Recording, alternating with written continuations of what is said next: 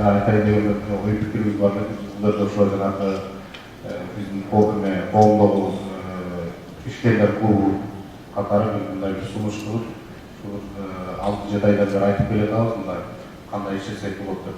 Келечекте Кыргызстанга инвестиция бул 3-чү темада да сүйлөшөбүз, кеңирээк талкуулайбыз. Бирок азыр мына айтып кетейин, келечекте Кыргызстанга инвестицияны Кыргызстан башка инвестиция эч кылбайт.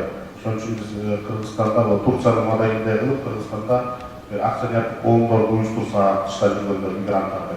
Биздин акчаларыбыз барганда Кыргызстанга барганда ысырап болуп башка тоого кетип калып атат. Ошол башка тоого кетпей кылып бир акционердик коомдорду уюштурса, келечекте ошо биз Турциядагы бир жыл ичинде ушундай уюшуп бир акционердик коом уюштурсак деген ниетибиз бар. Бул Темир Саидке да айтканбыз, экономика министрине ушундай устамчы иштетип берсең, мамлекет кандай жардам бере алат. Кыска мөөнөттө боло турган иштерге, мисалы үчүн жеке ишкерлер, кыргызстандыктар башкаларга болгондо кышка мөөнөттө өзүн актай турган иштерге акчасын коет экен.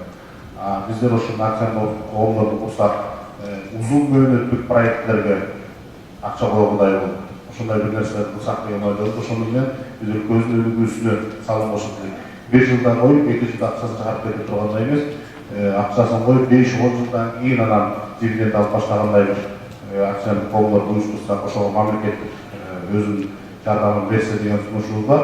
Бул жерде айта кетейин, эгер ошондой бир сунушубуз ишке ашып өтүп калса, сиздердин дагы ошо тыштан келген эмелердин дагы, ишкерлердин дагы ошондой акционердик коомдор жөнүндө ойлонсоңуздар, же болбосо биздин уюштура турган ошого кошулсаңыздар деген тілегіміз ниетіміз бар. Bunu daha 3. temada düştüğüm bir daha da söyleyeceğiz.